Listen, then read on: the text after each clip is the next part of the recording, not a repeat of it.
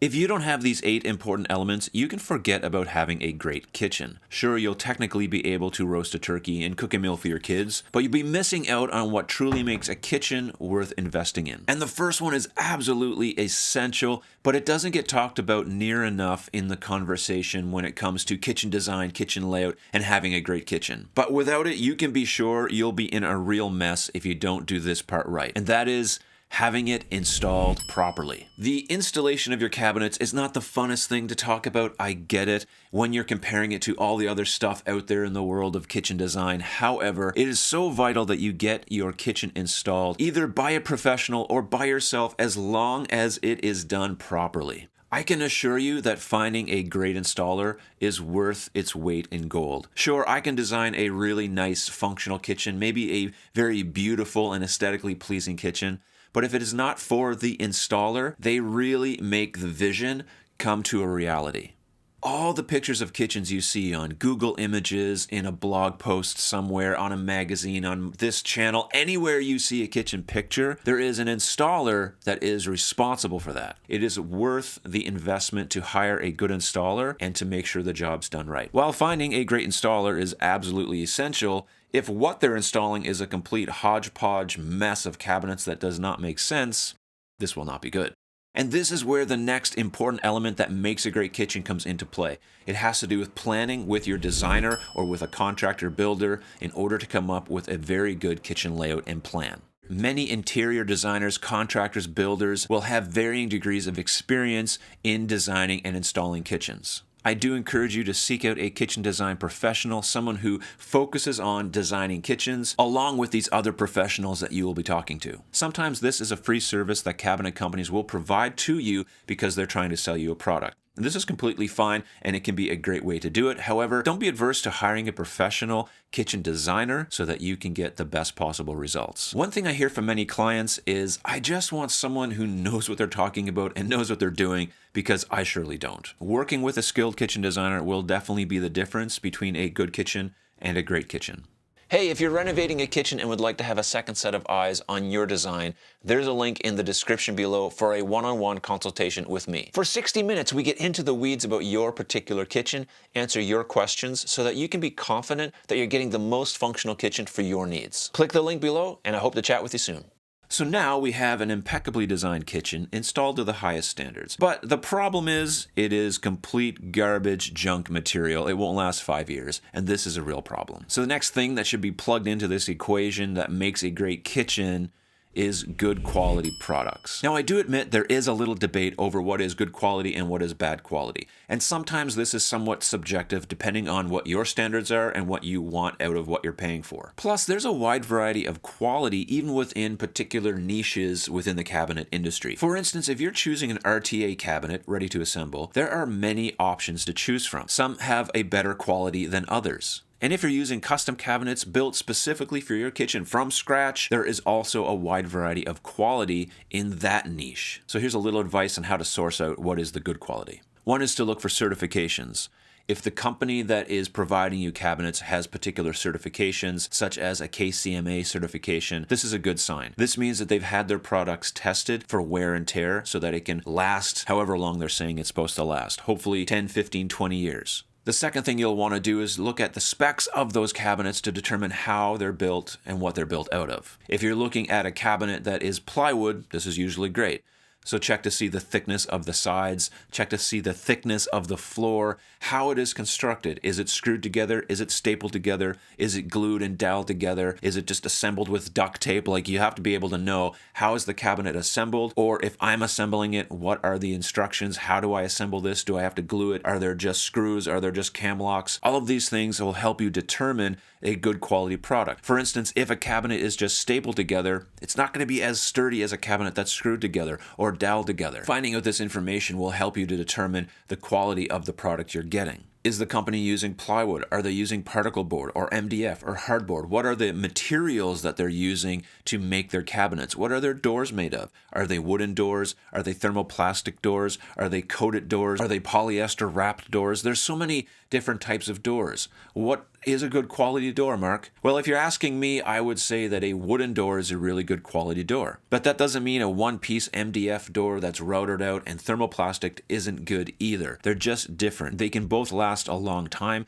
depending on where you're using them, how you're using them, and the type of climate you're in. There's a lot of variables in the equation. But at the end of the day, if you're getting an all-wood product, usually you're going to have a better quality kitchen. Another thing to look at is how the cabinets are finished.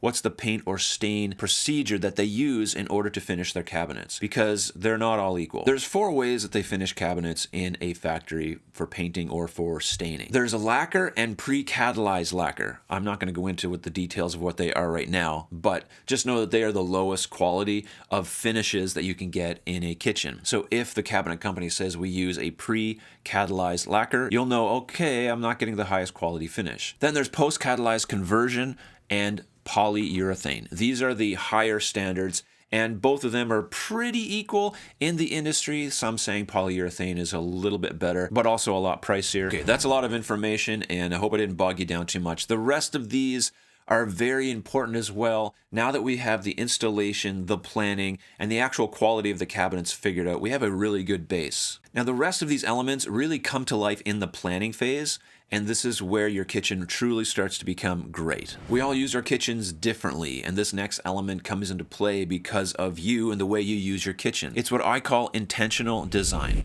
It's when the kitchen is designed for a specific user, you.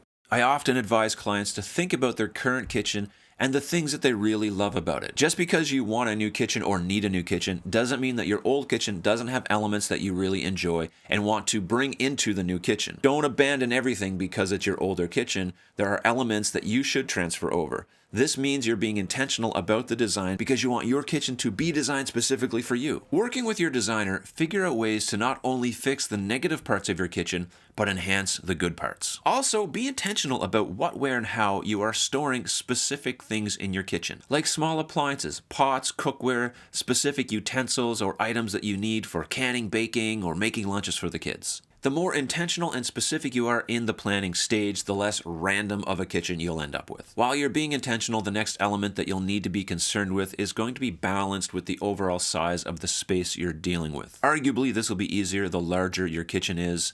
Considering all the options for your kitchen is very important. And the next key element: how many appliances and their placements, how many workspaces and their function, how much storage, how many accessories. The balancing of all of these options is very important to a great kitchen space. Plus, this comes down to the amount of options you have for the actual layout itself. Don't think there is only one way to design your kitchen and you're just stuck with it. Every kitchen has multiple layouts, and while some options make more sense than others, it is a very good exercise to go through all the different options for your layout so you can be very confident that you are getting the best kitchen for your needs. A great designer will be able to show you the different options for your space and the pros and cons of each option that is presented to you. And while you're looking at all these options and trying to figure out the layout for your kitchen, the amount of appliances, where things are going to be stored, this next element is going to naturally come about. Every kitchen is different, and the way you use your kitchen is different than the way I use mine. And because of that, every kitchen needs a little bit of creativity in order to really make it come alive. Now, you don't need to come up with something that's never been seen before or done before. That's not what I mean by creativity. Some kitchens just design themselves, but if you're in a space that has some problems that are presented to you, oftentimes you'll need to come up with a creative solution, a creative idea to overcome those obstacles in order for your kitchen to really function the way you want it to. Now, this might look like a problem that needs to be solved or some other issue that presents itself that makes you look at the space differently. Maybe it's a window or a door or some other obstacle that cannot be moved but still needs to be tied into the overall design. It could be a sink location, the way you design the corner cabinets. It might be determining where you're going to store all of your stuff because you're taking down this wall and you're losing a bunch of wall cabinets. Creativity will become a natural process as you start carving out all the possibilities for the best kitchen that you can have. Now, these last two elements are basically the pinnacle of all design, and what most people are talking about when they're talking about kitchens. The first being the aesthetic or style of the space. The style that you choose, the color, the texture, the material, bring emotion, character, and life into your kitchen. This is the aspect of kitchen design that not only makes your kitchen feel good, but makes it feel like a home. Your home. Plus, you can have a lot of fun in this stage as you explore trends and new thought that surround design. Or you can keep it simple and clean and let the kitchen speak for itself. No matter the approach you take, the style that you choose for your kitchen is absolutely important for designing a great kitchen. You want to walk into that space and feel like, yeah, this is really home. This is really what I want. I love the look of my kitchen. I love the feel of my kitchen. Even if it wasn't designed well, even if it wasn't functional, I still want it to look great. Now, that doesn't excuse the next element that really makes the kitchen great. I mean, this is the element that I think is the absolute summit, the peak, the very top of the whatever when it comes to kitchen design. That is function. That's the whole point of my channel. I think that without a functional kitchen, you are just going to have a beautiful mess. The combination and the way the work surfaces and the storage and the prep areas and your appliances and the clearances and the workspaces and the work zones, the way those things come together to form your kitchen is absolutely vital. Way too much to explain in the end of this video, but if you ignore function, you are ignoring the opportunity to really create a great kitchen. As you explore all the different ways that your kitchen can be functional, I hope that this video will help you in determining how to create a functional kitchen. It's absolutely important. There's many others like it on my channel, so I encourage you to explore those and other content creators that talk about designing functional kitchens. Get all the information you can so that at the end of the day, you can be confident that you have yourself a very functional and great kitchen to work in. I appreciate you watching. We'll see you soon. Bye-bye.